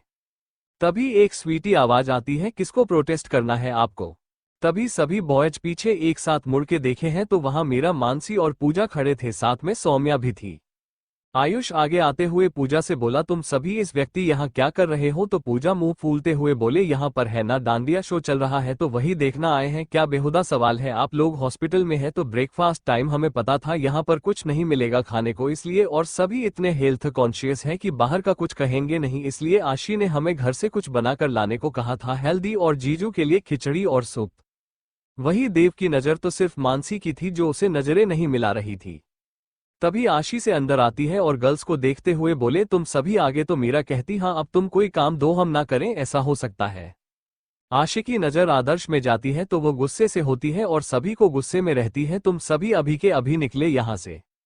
तो पूछा रहती है, क्यों हम निकले? हम तो ब्रेकफास्ट ले हैं ना, साथ में ब्रेकफास्ट करते हैं। तो मुझे से आशी रहती है, ब्रेकफास्ट से पहले किसी की मरम्मत करनी जरूरी है। वही आदर्श आशिक को इतने गुस्से में अपनी तरफ देखते हुए देखा है तो अपनी आईब्रो उठाते हुए जैसे पूछ रहा था, मैंने क्या किया? वही देव अचानक से आदर्श की बॉडी को देखा है तो सब समझ में आ जाता है, वो वहां से उठाकर ब्लैंकेट आदर्श के ऊपर जल्दी से डाल देता है। वही आदर्श देश के रिलेशन को देखकर समझ जाता है कि आशी क्यों गुस्से में है। वो देव को घूरते हुए बोलना है, पहले नहीं बता सकते? तो देव कंधे कुछ खाते हुए बोला, तुम्हें तो पहले मजा आ रहा था ना उसे तीना मीना से अपनी मसाज करने में, तो अब मुझे क्यों बोल रहे हो? अब भूख तो खुद मैं तो चला। वही आदर्श अब बच्चों जैसा मुंह बनाकर आशी की तरफ देखा है जो उसे गुस्से से घर रही थी। आदर्श उसकी तरफ देखते हुए कहता है, बीवी ऐसी मत करो अपने इस अबला पति को। प्रेम आदर्श को ऊपर से नीचे देखते हुए बोलना है, तू अबला नारी कब से हो गया? हम सब तो तेरे बेस्ट फ्रेंड थे, हमें तो बताना चाहिए था ना तू अबला नारी है। आदर्श गुस्से में घूरते हुए बोला, पागल इंसान चुप हो जा, यहाँ मैं अपनी बीवी से बात कर रहा हूँ, तुम बीच में क्यों अपनी टांग बना रहा है, लगा रहा है तुझे अपनी टांग टूटवानी है? तो आशी गुस्से से कहती, उनकी टांग का तो नहीं पता मगर तुम्हारी टांग जरूर टूटेगी। प्रेम आशिक के पास आते हुए मासूम सा चेहरा बनाती हुई बोला, हाँ लिटिल से इसकी टांग जरूर करना, देखो तुम्हारे भाई पर कैसे जुल्म कर रहा है। आशिक प्रेम को घूरते हुए कहती है, अपना मेलोड्रामा कहानी और करना, मेरे ऊपर तो बिल्कुल नहीं, अपनी होने वाली बीवी को दिखाना, तब पता चलेगा अबला नारी क्या होता है। जब आपकी बीवी ने आपका तबला नाम बजाया ना तो देख लेना। वही आशिकी बटनों को सुन मेरा मुंह दबा के हंसने लगती है तो प्रेम उसे घूरते हुए बोले, तुम्हारे बड़े दांत निकल रहे हैं खरगोश जैसे। तो आशी बोलते हैं, तो आपकी बदौलत थी, क्योंकि आपके जैसी हरकत है ना किसी के खरगोश क्या हाथी जैसे दांत भी निकलेंगे। जैसी आपकी हरकत है ना, हमें आपके लिए बीवी ने एक बच्चे सीटर ढूंढनी पड़ेगी। तो प्रेम मुंह फूलते हुए बोला, बेबी से तुम मुझे ऐसे कैसे कह सकते हो? तुम बच्चे सीस हो ना कि मैं बेबी ब्रदर। वही आशी अब प्रेम की बातों को इग्नोर कर आदर्श की तरफ देखते हुए बोलते हैं, और आप आज की सजा ये है, आज के लिए बड़ा मजा आ रहा था ना इस 5 बात लेने में, तो अब आज से आप पूरे 15 दिन तक कपड़े पहनेगी, वह भी सर्दी वाले, वह भी पिंक कलर के। जितनी भी दिन जो फंक्शन मीटिंग होगा उसमें आप रेड पिंक और ग्रीन ही कपड़े पहन के जाएंगे। आप कोई भी जेंटलेस वाले कपड़े नहीं पहनेंगी, जो कपड़े पहना ब्लैक तो ग्रे ये सब अलाउड नहीं होगा आपको, यह आपकी पनिशमेंट है। आदर्श मूवी फुल आते हुए बोला, मैं ये सब नहीं पहनने वाला, लड़कियों के कपड़े ये सब लड़कियों के कलर होते हैं। तो आशी बोलते, ठीक है तो आज से मैं भी शर्टेड ड्रेस पहनना शुरू करूंगी, आप लड़कियों वाले कलर नहीं बनोगे तो। आदर्श घुटने में बोला, ठीक है पहन लूंगा, इतना इमोशनल और अत्याचार करने की जरूरत नहीं है मुझे, आज तक किसी ने मुझे ऐसी धमकी नहीं दी जैसे तुम दे रही हो। तो आशिक अमन से बोलो, क्योंकि कोई आपके टक्कर का नहीं मिला, आज तक किसी ने मुझे ऐसी धमकी नहीं दी जैसे तुम दे रही हो। तो आशिक अमन से बोलो, क्योंकि कोई आपके टक्कर का नहीं मिला ना, अब आपको पता चलेगा कि जब कोई आपके टक्कर का मिलता है तो उसकी सजा कैसी होती है। यह मेरा स्टाइल है सजा देने का, अगर आइंदा से मेरी बात नहीं मानी या कोई भी किसी हरकत की ना, तो इससे भी अच्छी सजा है मेरे पास। देव मुस्कुराती है, मैं बोला, चलो कोई तो मिला इसके टक्कर का वर्ण, ये तो हमें सबको जब धमकी देता तो हमारी हालत भीगी बिल्ली जैसी हो जाती थी, आज पहली बार इसकी हालत देखकर मुझे बड़ा तरस की जगह हंसी आ रही है। आशिक उसे ढूंढते हुए बोली, आपके लिए भी सजा रेडी है, पर वेट आने पर आपको मिलेगी, इतनी हंसने की जरूरत नहीं है। आखिर क्यों बदला है आशिक, बताओ सबकी तरफ क्या राज है इसके? CH48 आशी कहा गई मानसी को लेकर, देव का गुस्सा, आदर्श का नजर रखना। आशी की बातों को सुन उन सब की हंसी बंद हो जाती है, क्योंकि इस तरह आशी के फेस पर एकदम सीरियस एक्सप्रेशन तेज, जो ये बयान कर रहे थे कि आशी इस वक्त मजाक के मूड में नहीं है। वही आशी सबको ऐसे अपने आप को घुराते हुए देखकर बोली, अगर आप लोगों का घूमने का कार्यक्रम खत्म हो चुका है तो ब्रेकफास्ट के लिए चलते हैं, वरना जितना चाहे तस्वीर लगाकर मेरी उतनी घूर लेना बाद में। वही आशी की बातों को सुन आदर्श एक तरसवी नजर सब पर गुस्से में डालता है और मान में कहता है, इन लोगों की हिम्मत कैसे हुई मेरी वाइफ को ऐसे घूमने की, और यह वाइफ क्या कर रही थी कि फोटो लगाकर घूरते रहना। मेरी वाइफ को क्या एक्ट्रेस समझ रखा है जो घूरते रहेंगे, घूर के तो दिखाए, उनकी आंखें ना नोच लूं। आशी साहब गर्ल्स की तरफ देखते हुए बोली, गेस्ट रूम की तरफ चलते हैं, अगर तुम लोगों का ताड़ना हो गया हो तो इन लोगों को। वही आशिकी बटनों को सुन सब गर्ल्स उसे गोट हुए देखते हैं तो आशी रहती है, मैं कोई लड़का नहीं हूं जो तुम्हारे घूमने से पट जाऊंगी, तो ये घूमने का कार्यक्रम सही जगह पर करो तो शायद वो लोग पट जाए, वरना तो तुम लोगों की हरकतों को देखकर लगता है कि भगवान भरोसे अब कोई तुम्हें घास डालेगा। मानसी आशी को घूरते हुए बोली, जिसको डालना होगा वो डालने का, और मेरा ही बात घास डालने की, तो यह क्या तुम घास घास लगा रखे, हम कोई गए बकरी थोड़ी है जो हमें कोई घास डाले। आशी घुराते हुए बोली, इतना समझ में आता है तो हरकतें क्यों पागलों जैसी करते हो तुम लोग, और यह डिस्कशन बाद में करना, मुझे भूख लगा रही है, क्योंकि मेरा पेट नहीं भरा, बाकियों को तो फ्लट करके पेट भर गया होगा। ये कहकर आशी तिरछी नजरों से आदर्श को देखते हैं तो आदर्श घूरते हुए आशी को देखा है, फिर आशी देव की तरफ देखते हुए बोलते हैं, वैसे आपकी आज सगाई है तो आप जाकर आराम कर लीजिए। सुनते ही मानसी का चेहरा थोड़ा उदास होता है, मगर वह अपने चेहरे पर उदासी नहीं लाती। आशी एक तक मानसी के चेहरे को देख रही थी, वही देव उसके चेहरे को देख रहा था, वही सब उन दोनों को देख रहे थे।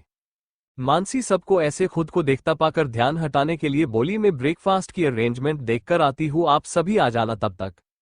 ये कहकर मानसी चाली जाती है तो आशी देव की तरफ बिना देखकर बोली, गलत जहां निगाहें हैं आपकी मिस्टर देव, आपको अपनी होने वाली वाइफ पर ध्यान देना चाहिए, कहीं अगली बारी आपकी तो नहीं कि हाथ का मोहरा बनाने की। ये कहकर आशी उसे रूम से बाहर मानसी की तरफ चली जाती है। वही देव आशी को जाते हुए देखकर आदर्श की तरफ घूमते हुए बोलना है, अभी आशी ने क्या कहा, मोहरा बने की आशा क्या कहना चाहती है? तो आयुष बोल, कहानी वह तुम्हें कोई हिंट तो नहीं दे रही है? देव कंफ्यूज होते हुए बोला, कैसा हिंट? तो आयुष बोल, जैसा भी हिंट शायद वो तुम्हारी लाइफ के लिए हो, क्योंकि जिस तरह से आशी मेरी मदद की शायद वह तुम्हारी मदद करना चाहती है। वैसे वह सामने से तो कुछ नहीं कहा पाएंगे क्योंकि तुमसे अभी भी नाराज है, शायद हिंट देखकर ही तुम्हारी मदद करना चाहती हो। आदर्श, जो भी हो हमें सावधानी से उसका पता लगाना होगा कि हम कोई भी अभी रिस्क नहीं ले सकते क्योंकि हम नहीं जानते हमारे आसपास कौन दुश्मन है और दोस्त हमारा। आयुष पूजा की तरफ देखते हुए बोला, तुम्हें कुछ पता है क्या इस बारे में? तो पूजा अपना सरनामे हिलते हुए बोले, मुझे कुछ नहीं पता। तुम तो आशिक हो, जानते हो ना, चाहे कितनी भी मुझसे मत में हो मगर दूसरों को दर्द नहीं देगी, नहीं है मुसीबत में पड़ाने। पहले भी खुद की तकलीफों से खुद लड़ाती रही, हम में से किसी को भी एक बार भी अपनी तकलीफों के बारे में पता नहीं लगने दी। जब हमें उसकी मदद थी उसने हमारी मदद की, मगर जब उसे हमारी मदद की जरूरत थी तो उसने एक बार भी नहीं मांगा। आदर्श की तरफ देखते हुए बोला, मगर इस मेरे से कुछ नहीं होगा, इस बार मैं उसे अकेले नहीं लड़ाने दूंगा, मुसीबत में नहीं रहने दूंगा। सब आदर्श की तरफ देखते हुए बोले, हम भी आपका साथ देंगे इसमें।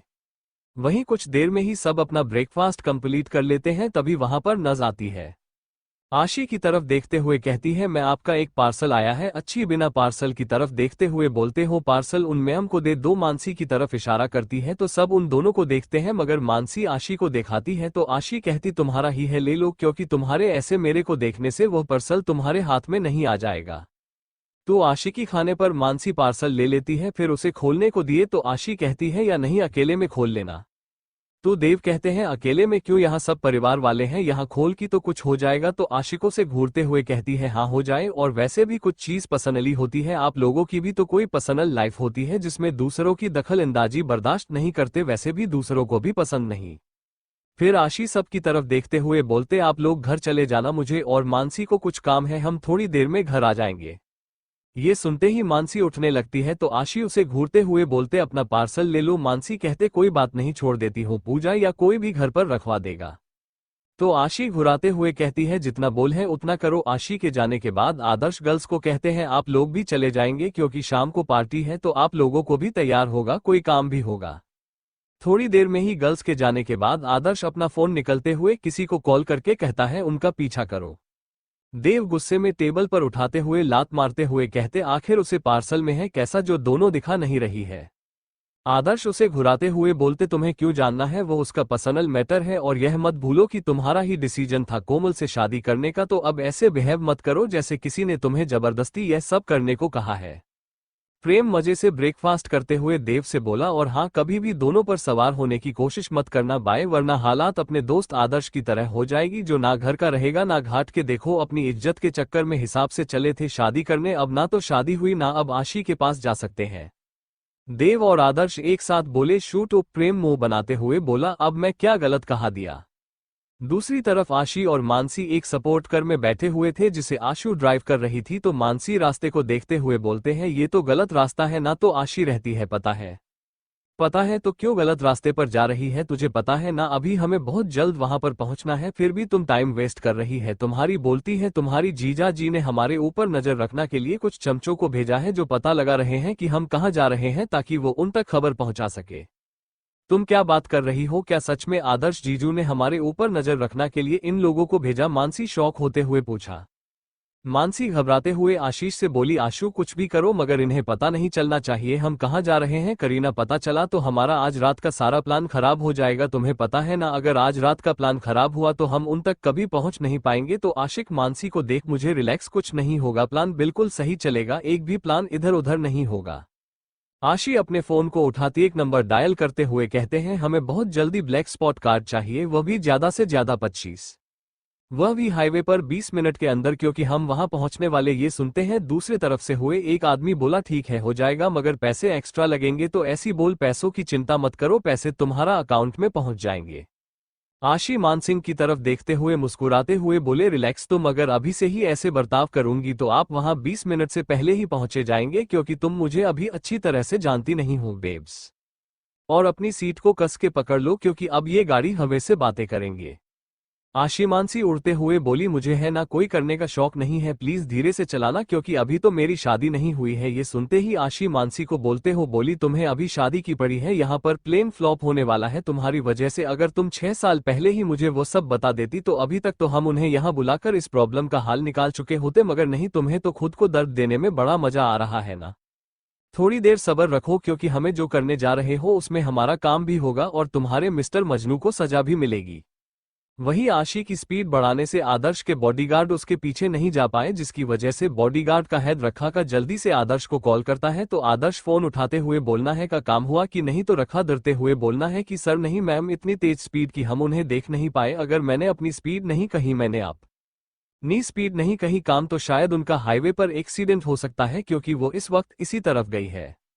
वही आदर्श गुस्से में अपने फोन को जमीन पर बटन देता है तो देव उसके पास आते हुए कहते, तब गुस्सा क्यों कर रहे हो? तो देव गुस्से से कहता है कि आशीष ने अपनी गाड़ी की स्पीड इतनी तेज कर ली है कि हाईवे की तरफ जाने से उसका एक्सीडेंट हो सकता है। शायद उसे पता चल गया था कि बॉडीगार्ड उसका पीछा कर रहे हैं, इसलिए उसने ऐसा किया। अगर उसे कुछ भी हुआ तो मैं उसे छोड़ूंगा नहीं।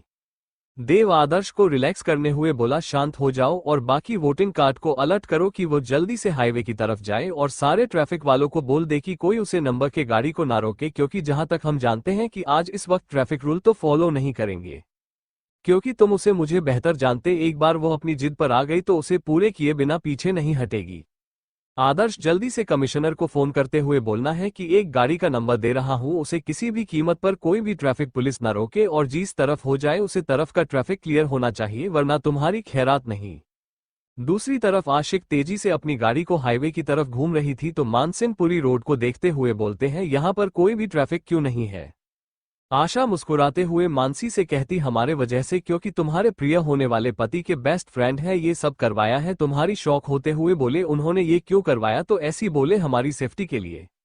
मानसी और भी ज्यादा घबराते हुए बोले, अगर हमारी सेफ्टी के लिए है तो उन्हें उसे जगह का रास्ता तो नहीं पता चला जिस जगह हम जा रहे हैं? तो आशु रिलैक्स होते हुए बोली, उन्हें कुछ नहीं पता, उन्होंने सिर्फ इतना ही इंट्रोडक्शन दिया होगा कि जिस रास्ते हम जाए उसे रास्ते पर कोई ट्रैफिक पुलिस ना हो, इसलिए मैंने वो गाड़ी मंगाई है ताकि हम उन्हें गुमराह कर सके, क्योंकि हमारे प्लान के लिए उन दोनों का इस वक्त सबके सामने आना बहुत CH-49 ब्लैक पदर क्वीन बनानी। आशी 20 मिनट पूरे होने से पहले हाईवे पर पहुंचे जाती है। वहीं पर हाईवे पहुंचने पर उसे ब्लैक कलर की अपनी ही जैसी कज नजर आती है, जिसे देखकर उसके चेहरे पर एक टेबल और दिलकश मुस्कान आ जाती है। कुछ ही देर में वो कार्य आशिक के कमरों के साथ मिक्स हो जाते हैं और अलग अलग डायरेक्शन में चली जाती है, जिसे देखकर आदर्श की ट्रैफिक रूम में बैठा हुआ था वो गुस्से से फ्रस्ट्रेशन में माफ कीजिए पर की मारता है, क्योंकि वो हॉस्पिटल से थोड़ी देर में डिस्चार्ज होकर ट्रैफिक कंट्रोल रूम गया था ताकि वो पता लगा सके ऐसी इस वक्त कहाँ जा रही है, किस मिलने के लिए। मगर आशी उससे 2 कदम आगे थी और वह बिना उसकी नजरों में आए अपना चल चुके थे, जिसकी वजह से आदर्श अब फ्रस्ट्रेटेड हो चुका था। आदर्श गुस्से को थोड़ी देर में अपनी शांत करने के बाद फिर से कंट्रोल रूम के CCTV पर देखकर एक दिकश और डेविल स्माइल करके साथ बोला, लगता है अब मजा आएगा। तुम बिल्कुल बीवी मेरे ही टक्कर के हो, क्योंकि जैसा एक माफिया किंग की बीवी को होना चाहिए था वैसे तुम हो। मैं नहीं चाहता था मेरे जाने के बाद तुम्हें कोई कमजोर कर पाए, मगर मुझे नहीं लगता तुम्हें कोई आप कमजोर कर पाएगा। वही देव आदर्श को गुस्से से बोलता है, तुम पागलों वाली हरकत कर तुम्हें दिखाता नहीं है। आशी पता नहीं कहां पर जा रही की जगह जा रही है, शायद उसे जगह उसकी जान को खतरा भी हो सकता है, मगर तुम्हें उसकी फिक्र का लगता है। तुम फिर से उसकी जिंदगी को एक खिलौने की तरह बनाना चाहते। ये सुनते ही आदर्श देव का कॉल प्रकट हुए बोला, खबर जो मेरी वाइफ के लिए ऐसे शब्द उसके में कोई उसकी जिंदगी का खिलौना नहीं बना, बल्कि आने वाली चुनौतियां के लिए उसे मजबूत कर रहा हूं, ताकि मेरे ना रहने पर भी वो खुद को कमजोर महसूस ना करे। तुम नहीं जानते मैं कौन हूं, मैं कोई मामूली गुंडा नहीं हूं, अंडरवर्ल्ड का माफिया किंग, जिसकी कमजोरी सभी माफिया ढूंढने में लगे हुए हैं। मगर आज तक मेरी कोई कमजोरी नहीं थी, मगर अब है, और मैं नहीं चाहता हूं कि आसगी मेरी कमजोरी बने। देव अब जाकर आदर्श की बातों का मतलब समझा कि आदर्श को है और उसका ऐसा कहना गलत नहीं है। देव आदर्श को देखकर बोला, सॉरी मैंने तुझे गलत समझ में नहीं चाहता कि कोई एक बार मेरी बहन को दर्द दे कर चला जाए। आदर्श देव के कंधों पर हाथ रखकर बोला, मैं समझता हूं, मगर अब वक्त कामजोर पड़ाने का नहीं, बालाकी दुश्मनों को तोड़ने का है, जो हमें एक साथ एक दूसरे की ताकत बनाकर करना है, ना कि एक दूसरे के साथ लड़कर। वही खादरी सी पहाड़ी पर आशी अपनी गाड़ी को रोकती है। एक झटाके में तो उसकी गाड़ी में एक तेज आवाज आती है जो उस सुनसान रास्ते को और भयानक बना रही थी। वही पहाड़ी के पास बनाने एक खंडर बिल्डिंग में खड़े बॉडीगार्ड्स ये आवाज सुनकर चौंकाना हो जाते हैं। वही कुछ बॉडीगार्ड्स अपने हथियार को गाड़ी की तरफ करके बोले जो कि भी अंदर है बाहर आ जाए वरना अंजाम अच्छा नहीं होगा। तभी गाड़ी खोलकर आशी और मानसी निकलती है तो बॉडीगार्ड्स में से एक आगे आकर आशी से पूछता है तुम यहाँ पर क्यों आए हो। आशी बोलती है मुझे ब्लैक पैंथर से मिलाना है तो बॉडीगार्ड्स उनमें से किसी एक को चलाने के लिए बोलते हैं तो आशी उनके साथ जाती है। अंदर जाने के बाद आशी को एक 50 साल के आदमी के पास ले जाकर बोलते हैं बॉस आपसे कोई मिलाने आया है। वो आदमी पीछे घूमकर देखता है तो बोलता है तुम यहाँ कोई कम था। आशी काम नहीं बस एक डील करनी है जिसमें हम दोनों को फायदा हो। आदमी कैसी डील आशी आपको माफिया किंग को गद्दी से हटाना है जिसके लिए आपको अपना एक वारिस चाहिए। आदमी हाँ तो मगर इसमें तुम्हारा क्या फायदा। आशी पहला मुझे पावर चाहिए, दूसरा बदला और जो आपके दुश्मन का दुश्मन होता है वो हमारा दोस्त। आदमी CH-50 ब्लैक पैंथर क्वीन का वार माफिया किंग पर। वो आदमी हंसते हुए बोला सही कहा दुश्मन का दुश्मन दोस्त होता है भले मगर मुझे ये समझ में नहीं आया अभी तक कि माफिया किंग की पत्नी की ऐसी भी क्या मजबूरी जो अपने ही पति को अपना दुश्मन बना लिया। ये सुनने के बाद आशिक मुस्कुराते हुए बोली मजबूरी तो माफिया किंग के चाचा की भी तो नहीं थी फिर भी वो उनके दुश्मन बन बैठे। और मेरी कोई मजबूरी नहीं है बस अपना बदला लेना है उन लोगों से जिसके लिए मुझे ये ऑर्डर और पावर चाहिए। जो बदला लेने के लिए मुझे उन्हें डर देना है वो सिर्फ इस पद पर ही बैठकर मिल सकता है। वह आदमी हंसते हुए बोलना तुमने क्या मुझे पागल समझ रखा है कि मैं तुम पर भरोसा कर लूं कोई बेवकूफ नहीं है अमर रघुवंशी। आशी मुस्कुराते हुए बोलते ठीक है अगर आपको मैं कुछ बताऊं जिससे माफिया किंग की एक अच्छी खासी हरा होगी और आपके बदले और मेरे ऊपर आपके भरोसे की शुरुआत तो कैसा रहेगा। आज आपको पता ही होगा कि माफिया किंग का एक बड़ा असाइनमेंट आने वाला है जिसके पास पहुंचाना किसी के लिए नामुमकिन है मगर मैं आपको वहां तक पहुंचा सकती हूं। वो असाइनमेंट आपके पास आ सकता है बिना उन्हें पता लगे बस सिर्फ आपको मेरे ऑर्डर को फॉलो करने के लिए अपने आदमी को कहना होगा मेरा वादा है किसी को कुछ नहीं होगा। अमर जी मुस्कुराते हुए कहते हैं अगर वो असाइनमेंट मुझे मिला तो तुम्हारा काम हो जाएगा और मुझे तुम पर भरोसा और किसी की जान जाए उसे मुझे कोई फर्क नहीं पड़ता ये लोगों को मैं अपने काम करने के लिए पैसे देता हूँ। ऐसी मुस्कुराते हुए कहती है मगर मुझे सबके साथ प्यारी है मैं इस प्लान में किसी की जान जाने नहीं दूंगी। तो प्लान सुनिए प्लान कुछ ऐसा है ये कहते आशिक अपना प्लान पूरी तरह से अमर जी को समझा देता है तो अमर जी मुस्कुराते हुए कहते प्लान तो बहुत ही ज्यादा इंप्रेस करने वाला है। इससे तो मेरा काम भी हो जाएगा बदला भी पूरा हो जाएगा साथ में मेरे पास एक बड़ा असाइनमेंट भी आ जाएगा और मेरी जगह मेरे लिए एक वारिस भी मिल जाएगा। आशिक रहती है ज्यादा वक्त नहीं है असम से पहले हमें पहले प्लान स्टार्ट करना हो उन्हें अपने प्लान में पूरी तरह उलझन होगा ताकि हम नेक्स्ट प्लान उलझन होगा ताकि हम नेक्स्ट प्लान उलझन होगा ताकि हम नेक्स्ट प्लान चल सके ताकि वो सब एक साथ उसे जगह पर न पहुंचे सके जहां उन्हें पहुंचना चाहिए। आशी के कहने पर अमर उसकी तरफ देखते हुए कहते ठीक है तो बताओ पहले कौन सा प्लान करना है एग्जैक्ट। आशी रहती है पहले हमें उन्हें गुमराह करना होगा फिर हमला। वहीं दूसरी तरफ कंट्रोल रूम में देव और आदर्श के साथ अब आयुष कृष्ण और प्रेम थे। देव के फोन बजाने से सबके चेहरे पर परेशानी के साथ सीरियसनेस आ जाती है क्योंकि यह रिंगटोन तभी बजता है जब कोई अंडरवर्ल्ड से कोई खबर आती है। फोन उठाने पर देव बोलता है बोलो जैक क्या खबर है। सर हमें खबर मिली है कि इस बार ब्लैक पैंथर की टीम आपके फैमिली पर हमला करने वाली है। उनका खास निशान फैमिली से कोई ऐसा इंसान है जो सबकी कमजोरी हो और शायद से उनका प्लान शुरू भी हो चुका है। उन्होंने अपनी कुछ आदमी कुछ दिनों से हमारे घर के आसपास तैनात कर रखे थे क्योंकि नॉर्मल कब्जों में ही घर की सारी जानकारियां उन तक पहुंचा रहे थे और कुछ जगहों पर हमें खबर मिली है कुछ तस्करी शुरू हो रही है जहां पर कुछ इल्लीगल काम हो रहा है जिसमें सभी माफिया के लीडर शामिल हैं। किसी ने खबर लिख कर दी है कि माफिया किंग अभी घायल है। देख गुस्से से कहता है तुम लोग की खबर मुझे अब दे रही हो, तुम लोगों को तो मैं बाद में देखा आई हूं, तुम लोग बहुत ज्यादा आलसी हो चुके हो। आदर्श सीरियस फेस के साथ बोलता है क्या हुआ क्या खबर है। आदर्श की बातों को संदेश गुस्से में सीरियस के साथ कहता है कि ब्लैक पैंथर के साथ सभी मनके वाले हम लोगों की कमजोरी ढूंढ रहे हैं और शायद उन्हें अब तक मिल भी चुकी है क्योंकि उन लोगों ने हमारे घर पर नजर रखी हुई थी और जब से उन्होंने नजर रखे अब तक उन्हें हमारी कमजोरी का पता चल चुका होगा। तुम समझ रहे हो ना। और सारी माफिया एक साथ ही रहे हैं। कोई इलीगल काम के लिए किसी ने घर से ही खबर लीक करती है कि तुम घायल हो, शायद इसी वजह से उनके अंदर इतनी हिम्मत दे गई है।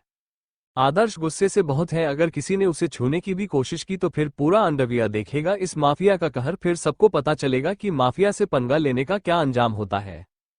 प्रेम सीरियस होते हुए बोला, वो तो ठीक है, मगर हम एक साथ इतने प्रॉब्लम को कैसे हाल करेंगे? और इस वक्त हम सब की कमजोरी सिर्फ एक ही है, आशी, और वो इस वक्त पता नहीं कहाँ गई, हमें पता नहीं है, और इस वक्त उसका लोकेशन ट्रैक भी नहीं हो पा रहा है। लोकेशन अचानक से गायब हो चुके हैं, लगता है वो किसी ऐसी जगह गई है जहां पर लोकेशन ट्रैक ना हो पाए। शायद से उन लोगों को आशी के बारे में पता लगा चुका है और वो शायद आशी के पास देख कहता नहीं, अभी वो आशी की तक नहीं पहुंची होंगी, जरूर है वह भी अभी आशी को ढूंढ रहे होंगे, क्योंकि हमारा इतना बड़ा नेटवर्क आशी का लोकेशन ढूंढ नहीं पा रहा तो वह भी नहीं ढूंढ पाएंगे। तो आदर्श बोलना है, कभी भी दुश्मन को कमजोर नहीं समझना चाहिए।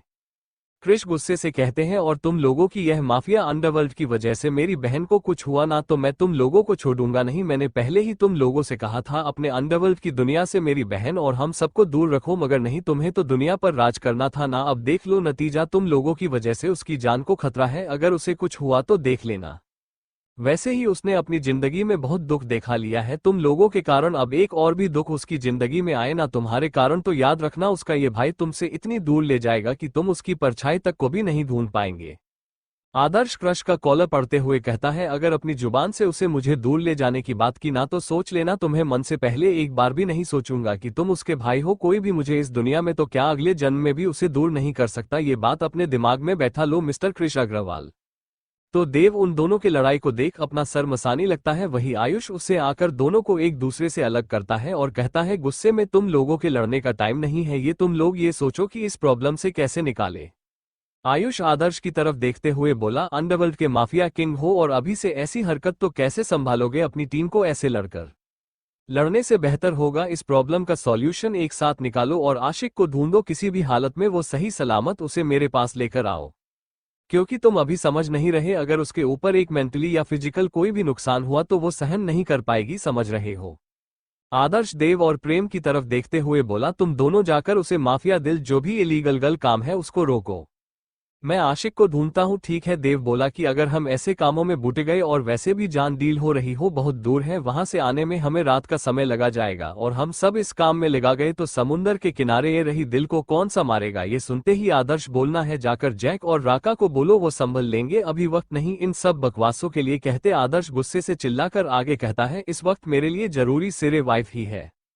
देव की तरफ देखकर क्रिश कहता है, मैं प्रेम के साथ जाऊंगा, तुम आदर्श के साथ, जो तुम दोनों का आशिक को ढूंढना ज्यादा जरूरी है और वहां का काम में और प्रेम संभल लेंगे। तो देव कहता है, तुम्हें कुछ नहीं पता अंडरवर्ल्ड के बारे में, तुम्हारे लिए मुसीबत हो सकती, तुम यहीं रहकर आदर्श के साथ आशिक को ढूंढो। क्रिश घूरते हुए कहता है, भले ही मैं अंडरवर्ल्ड के बारे में नहीं जानता, मगर इसका यह मतलब नहीं कि मैं कोई बच्चा हूं, इतना मुझे समझ में आता है, तुम जाकर आशिक को ढूंढो। फिर आयुष कहता है, ठीक है, तुम लोग अपने काम करो, मैं जाकर आशी पता लगत हूं, कहीं वो किसी फ्रेंड के यहाँ तो नहीं गई, घर से पूछकर। यह कहते हुए वहां से निकाल जाता है और थोड़ी दूर जाने पर किसी को कॉल करता है।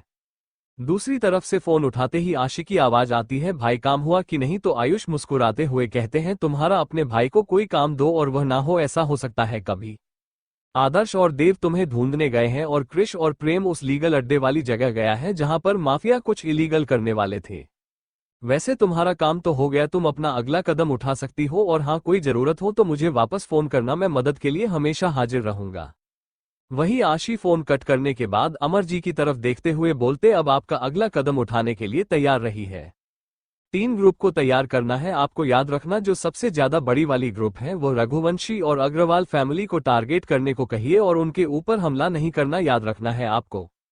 और जो सेकंड बड़ी टोली है उसे जगह भेजें, हाँ इलीगल लोगों को इकट्ठा करना था, वहां के छोटे मोटे जितने भी गुंडे उन्हें कॉन्ट्रैक्ट करके कहिए कि उन्हें कुछ काम करना है इलीगल। जो अपने लास्ट में सबसे छोटी टीम की टोली बनाई है उसे जगह भेजें, हाँ असाइनमेंट आने वाला है। तो अमर जी घूरते हुए कहते, तुम पागल हो गए, इतनी छोटी टोली को हम वह भेजेंगे? तो आशिक कहते, आप क्या चाहते हैं, बड़े बड़े टोली बनाकर भेज ग्रुप के साथ, ताकि उन लोगों को सब पता चल जाए, दिमाग से कम लीजिए, अगर हम ऐसे छोटी टोली भेजेंगे तो उन्हें ज्यादा शक नहीं होगा, अगर हम बड़ी टोली लेकर उन पर हमला करेंगे जिस तरफ उन्हें लगेगा हमारा प्लान वह है, और वो इस उलझ के रह जाएंगे। पूरे मसूरी शहर में नाकाबंदी लगाई गई थी, सिर्फ वजह ये थी कि सबसे पावरफुल लोगों की बदौलत ये हो रहा था, जिसकी वजह से आधी जनता परेशान थी, जिससे किसी को फर्क नहीं पड़ता था। आशी के बताए हुए प्लान पर अमर जी काम करते हैं और ऐसे ही सब अपने अपने प्लान के अकॉर्डिंग कमम करते रहते हैं कि रात को असाइनमेंट वाली जगह पर वो लोग आराम से पहुंचे जाते हैं, क्योंकि सबसे ज्यादा घाट अभी आशी और बाकी सब कामों में लगे हुए तो उन्हें इतनी दिक्कत नहीं होती। वहां की कार्डो को चकमा देने के बाद हंसी के द्वारा दिए गए एंटीडोट को अन्न में लगाने के बाद सभी को बेहोश कर दिया जाता है। वहीं कुछ ही दूरी पर आशी उसे ब्लैक मर्सिडीज में बैठे हुए सब कुछ देख रही थी। जब देखी है कि सारे गाड़ी बेहोश हो चुके हैं तब वह गाड़ी से अमर जी के साथ बाहर आती है और सारी जितनी भी बड़ी बड़ी शिप और जहाज थी उनमें से असाइनमेंट निकालना का ऑर्डर देता है जल्द से जल्द, क्योंकि उसे पता था अब तक तो सब जगह ये खबर फैल चुकी होगी कि यह गुमराह करने के लिए था। करीब 25 मिनट में सारे असाइनमेंट आशी अपने ट्रक में भरवा लेती है और सबको रहती है सब कुछ ब्लास्ट कर दो और याद रखें गॉड्सो को कुछ ना होना चाहिए किसी भी। अमर जी गुस्से से कहते मार देते हैं ना सबको, तो आशी उड़ाते हुए कहती है मरने से ज्यादा दुश्मन के मुंह पर तमाचा मारना अच्छा होता है कि उनके इतने ज्यादा काबिल गढ़ के रहते हुए हमने उनके असाइनमेंट बिना किसी युद्ध लड़ाई के ले चुके हैं, तो यही सबसे बड़ा उनके ऊपर एक तमाचा होगा। क्योंकि पूरी दुनिया में माफिया किंग अपनी गॉड्स और अपनी ट्रेनिंग और अपने अच्छे फाइट के लिए जाने जाते हैं। जब दुनिया को ये पता चलेगा कि उनके ही नाक के नीचे से इतनी बड़े माफिया किंग के होते हुए उनके हाथों से इतना बड़ा असाइनमेंट चला चुका है तो उनके क्या इज्जत रह जाएगी माफिया वर्ल्ड में। अमर जी मुस्कुराते हुए बोलते हैं शायद अब मुझे लगा रहा है मैंने अपना असली सही चुनाव है, वरना मुझे तो लगा रहा था कि उसे माफिया किंग को धूल चटाने वाला कोई पैदा नहीं हुआ है, मगर आज मुझे जान के अच्छा लगा कि उसे मिट्टी में मिलने के लिए और कोई नहीं उसकी पत्नी है जो उसे बर्बाद करना चाहती है। जिस काम को करने में मैंने सालों लगाया उसे काम को तुमने चुटकी भर में कर दिया। अब होगी माफिया किंग की बर्बादी की शुरुआत, जिसमें उसे ये पता ही नहीं चलेगा पर करने वाला कोई उसका अपने बहुत करीबी है जिसे वो दुनिया की हर बुराई से बचाना चाहता है, वही उसकी दुनिया को खत्म करने आए है। वहीं दूसरी तरफ आदर्श को खबर मिल चुकी थी कि यह एक ट्रैप था उसके असाइनमेंट को उसे लोगों से चुराने के लिए। वही आज आदर्श गुस्से में था, अपने इस अड्डे पर जमा हुआ था जहां पर अंडरवर्ल्ड की मीटिंग होती थी। तब माफिया उसके ऊपर इल्जाम लगा रहे थे क्योंकि वह असाइनमेंट एक बहुत बड़ा असाइनमेंट था माफिया वर्ल्ड के लिए। वही आदर्श पहले से ही पूछा था आशी के न मिलने पर ऊपर से इन लोगों का ऐसे चिल्लाना उसे और गुस्सा दिला रहा था। उसने एक बंदूक की गोली सामने बैठे एक इंसान पर चिल्लाते हुए का बहुत सामान चलने लगी है, तुम लोगों की एक आवाज नहीं आनी चाहिए, तुम्हें क्या लगता है ऐसे ही माफिया किंग बनाऊंगी जिसे भी उसे पंगा लेने की कोशिश की इस पर उसे जन्म दिलाऊंगा और उसे इंसान का तो पता लगा के रहूंगा जिसने ये सब किया है। आखिर कौन आ गया है मेरा नया दुश्मन जो मुझसे ही मेरे असाइनमेंट को छीन के ले गया। तभी वहां पर इंटर होती है कमांडर यानी कि हमारे आर्मी ऑफिसर के कप्तान की, जिसे देखकर आदर्श को जाने को कहता है। वो कप्तान आगे आते हुए कहता है कि हमने आपके भरोसे पर वो असाइनमेंट इंडिया लाने के लिए भेजा था, मगर आपसे इतनी बड़ी चूक हो गई कि आज हमारे सीक्रेट देश के बाहर जाने की नौबत आ गई है।